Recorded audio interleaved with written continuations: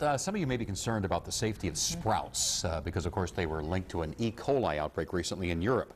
Well, June, ironically, is Sprout Health and Wellness Month. And our medical expert, Dr. Dave, joins us now with what we need to know about sprouts. I bet they're wishing it was another month for Sprout Wellness Month. Right. Well, Mike and Jenny, it's almost summertime, which means we're eating more salads and sandwiches with sprouts. And as you mentioned, it is Sprout Health and Wellness Month, but sprouts are linked with outbreaks of serious illness from bacterial infections. So there are a few things those of us that are vegetarian or veggie lovers need to know. Bacteria can enter the food supply, making people sick, in certain cases causing serious complications. And this can be from contaminated water, undercooked or raw meat, fruits, vegetables, and direct contact with animals or infected people. With sprouts, it's the seeds that are the source of contamination, and there are no good techniques to test for or kill the harmful bacteria. And this can be a problem even in homegrown sprouts. It's the warm, humid conditions that are needed for sprouts to grow in, which are ideal for bacterial growth as well. Right.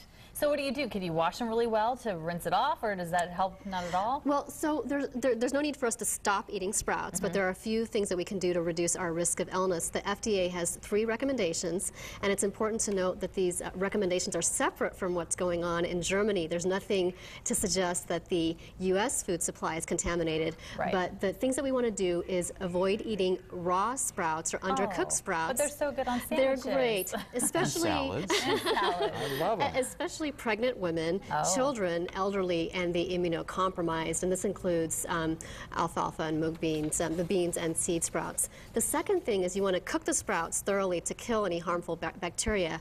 And third, remember to avoid eating undercooked sprouts or uncooked sprouts when you're out at the restaurant, so you want to double check that salad or sandwich.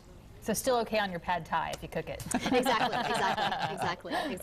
I don't know if I can give up my sprouts. I don't know. Hey, I'm a vegetarian, so this is going to be a major hardship for me. You were saying more cases of contamination or E. coli with sprouts than with meat? Correct. There have been over 30 cases over the last 15 years, since 1996, that have been linked to sprouts. And the FDA and the sprout growers industry are working closely together to improve the growing conditions to keep us safe. All right, Dr. Dave, thank you. Good advice as always. Great All to right, have if you have a question for the doctor, we want to hear from you. Email us at newsdesk@cbs47.tv. Dr. Dave joins us every Tuesday on CBS 47 at noon.